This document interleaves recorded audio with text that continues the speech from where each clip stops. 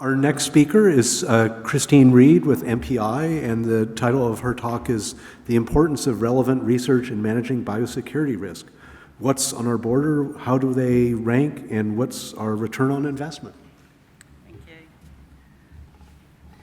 Thanks very much, and good afternoon, everybody. It's a pleasure to be here. So, as introduced, I'm going to be talking about science and risk assessment in the Ministry for Primary Industries. No, I'm not, because you have the wrong presentation. Sorry.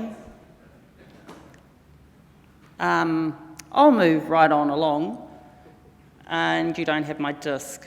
That's right. I might give you the one you got to 300 level biosecurity students this morning, if that's okay. Been there, done that. I was going to talk to you about 3 strategic projects that we're running in the Ministry for Primary Industry. Basically, my team in Biosecurity Science and Risk Assessment have been busy doing day-to-day pathway assessments for risk goods that come into New Zealand. But there's a really a much more important, as I've been hearing this afternoon, application for risk assessment in the Ministry. And that's really about trying to focus on what the new risks are to New Zealand, what's out on the horizon, what are the new and emerging risks that are about to hit us. And we've heard a plethora of different invertebrates, plant pests and aquatic organisms, and Bill, by the way, we have lots of marine organism biosecurity champions in MPI, so they're not ignored either. So there's a lot facing the terrestrial and aquatic environment. So how do we rank those? How do we decide which ones are most important? And then once we've actually got priorities, where do we put our investment? What's the most important investment to make in terms of the return on and risk reduction measures? So we've had 3 projects that have been going in at the moment, all concurrently at the moment, starting with the new and emerging risk system, which really kicked off with the introduction of PSA into New Zealand, where we realised that we weren't well coordinated in terms of industry, talking to researchers, talking to the ministry, and even within the ministry we weren't well connected with our risk assessors and our risk managers. So now, for the last 4 years, we've implemented a system where we are proactively scanning for new information on emerging risks, and we've got a systematic process internally to pass that information through risk analysis, which is the point which was logical to start with, because we're obviously the risk analysts are the ones involved mostly day-to-day analysis of risks, and they know where we stand. So we're looking for new pieces of information that might affect the risk profile for New Zealand. For those significant things that we think there may be a gap in the border, we'll pass that off to risk managers and imports for their attention.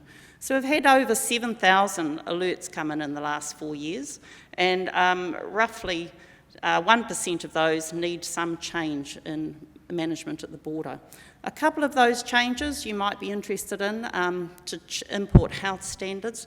One of them was actually about myrtle rust getting in, myrtle rust detection, and we changed the cut flowers and foliage standard because we realised that there was even though it was inevitable, and 5.5 years ago, I guess my team was saying this is going to come to New Zealand.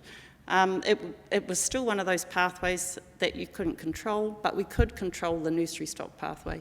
So we implemented additional measures in that pathway, and there have been other changes to roughly, I think, 10 import health standards now as a result of this system.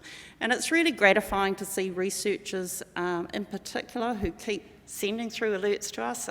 We had one this morning about brown marmorated stink bug in Chile. We were onto it, thanks, but it's still nice to know that there are eyes and ears out there looking. And then when you get all this information, how do we actually rank them against each other? And Barry here, many years ago in biosecurity, kicked off a project called High Priority Organisms.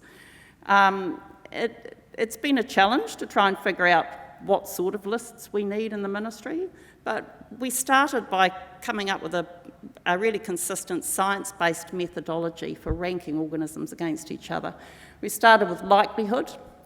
If I asked anyone in this room, how likely do you think it is that spotted lanternfly would get to New Zealand?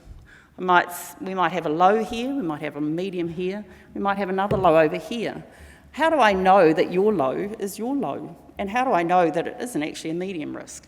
And the only way you'll know that is to apply criteria, consistent criteria to your qualitative terms. So we've done that for probability, and we've also done that for economic impact. So we've used logarithmic scales to classify things from negligible through to very high impact. It's been a challenge to put quantitative scores around environmental impact, human health impact, and socio-cultural impacts, but we're now working at taking that a step forward and using that in addition to what we know from our economic impacts to start to put things on lists of concern for New Zealand. So we've now ranked 173 organisms. Most of those are plant pests. Some of them are animal diseases, and we're still in the process of doing that. And around about 20 of them are aquatic organisms. So we've been able to use that, and we'll continue to use that in a whole lot of applications, which might be what things do we need to be most ready for? Where do we need to have response plans? Where do we focus our surveillance activities? And are there any pest risk assessments that we haven't done yet that we should do? So we're well covered for priority pests. That's not to say that the basic biosecurity system isn't going to continue to try and manage pests that are lower than off our top 40, but that's going to be an ongoing challenge. And where we ultimately put our investment for return on risk has been the subject of a piece of work that we've been doing with the Centre for Excellence in Biosecurity Risk Analysis at the University of Melbourne. We've got a collaborative arrangement with them, and this includes the Department of Agriculture and Water Resources in Australia, where we're looking at the whole biosecurity system layers, from offshore setting of international agreements right through to bilateral arrangements and risk assessment and import health standard development, through the rest of the post-border layers, and looking at, well, if we looked across pathways and we looked across those biosecurity system layers, what level of risk reduction are we getting for different organisms across that system? And how do we layer that up to make sure that our interventions across that system are effectively covering off the greatest amount of risk? So ECI has been involved in that as well, in terms of using interception information to help inform that type of analysis. So I guess, unfortunately, you won't see my graph that gives an example of probability of entry into New Zealand, but if you did, you'd see that brown marmorated stink bug and myrtle rust are right up the top of that graph. And I guess the question is, how do we convey information where risk analysts in particular are aware of the risks, where we're looking forward to the new risks on the horizon, and we're managing to pass that up through our organisations to senior minister level and have it on their horizon. So that the question, I guess the crazy and ambitious thing I'd like to put to you is what we've already seen this morning in Dave's talk, where he's talking about mega trends into the future, and we've also heard a number of speakers talk about what's out on the horizon. I'd like you to look into the crystal ball for New Zealand, for New Zealand's environment, for our primary industries, and for our people of New Zealand, and tell me what's next. Out of all of that megatrend, how do we condense that information to a way that policymakers can use it, working alongside scientists, in a way that we can translate that upwards so our senior managers and our ministers are aware of the biggest risks for New Zealand? So that's all I'd like to challenge you with.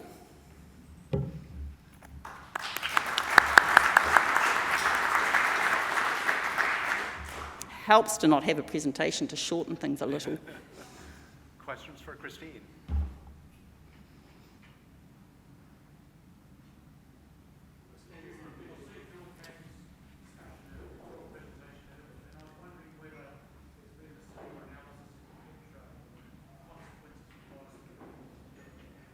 Yeah, there's been a lot of work in the ministry on the pet trade. I've lost a bit of touch with it at the moment, but some of my analysts have been involved in that, and it was around prioritising what's already here and looking at working with zoos and with some of the holders and the biggest societies in New Zealand about the biggest risks. So yeah, not in the same way, but certainly in terms of management and internal thinking about that and working with zoos and other holders, it's been looking at what we already have. I guess one of the biggest challenges to start with was figuring out what we had. And if you think about citizens, for instance, parrots, getting a good list actually involved many years ago involving aviculturists and helping us put that together. And obviously some of that trade is a little illicit, so you know, how accurate are those lists that we have? Barry? Your assessment of the highest probability of entry and establishment, stinkbug and myrtle rust, has that been shared with science and industry? You mentioned Minister, etc., but I'd like to see a wider dialogue there because I think we can all add value, and certainly it would be, you know, we all have to go on this journey understanding what are the risks that we really need to be preparing for. Yeah, absolutely. So we've now got to a point where we've got enough species through the system where we use expert elicitation to come up with estimates, and we've only used MPI experts at the moment, but the idea is that it is a science-based methodology that could be used to have a common conversation with people, whether that be industry or other agencies, in terms of what do we mean by likelihoods, what do we mean by impacts, how do we put those estimates on those. And scientists can bring a lot to the table in terms of information about the species biology and distributions and new things that we wouldn't necessarily be aware of. So at the moment that work is still really undergoing some internal dialogue in terms of how do we want to use these lists and what are the criteria for kind of putting things on. And certainly the intention is to circulate that more widely when we've got that to the point. But it's probably another 2 or 3 months away yet. I have one quick question for you, Sure. Christine, which is, it always seems like when doing pest risk assessments for species that are not well known, the lack of information about host associations is always sort of a black hole. And I'm wondering, do you see that as an area for research needs for better being able to predict host associations? Yes, I guess these are all areas. If you look all the way through risk analysis, there are uncertainties. There's uncertainties around, is it associated with a host?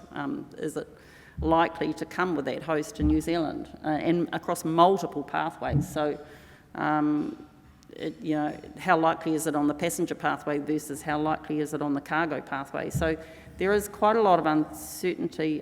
There's certainly some work being done, I guess, in this Plant Sentinel project in terms of understanding links between New Zealand species and some of those pathogens.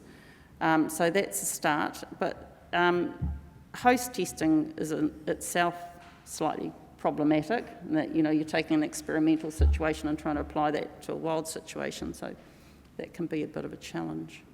But yeah, there are gaps all the way through the analysis process. Well, thank you. Oh, maybe one quick question? Christine, I recollect having to procure some ops research on myrtle rust and its potential distribution in NZ, probably about 10 years ago now, actually. Some time flies. One of the things that struck me at the time was we could predict or guess where it was going to go. I should say predict, not guess, because it was sort of science-based stuff.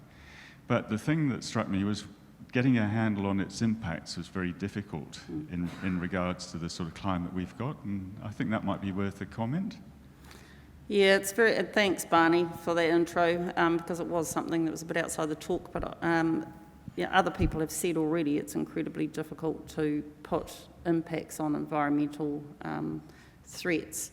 It's something that, I mean, we can certainly do better, and we can use our experts who are more experienced in that field to help us come up using a methodology like the organism ranking to apply some consistent criteria for how you would rank things against each other. But, we're never going to be testing new pathogens in New Zealand. The closest we can get is offshore observations of that, and also looking at how host-specific are they? Are they found in multiple hosts which have family that are represented in New Zealand? So there's quite a bit of association that's used to come up with those estimates, but it is incredibly challenging.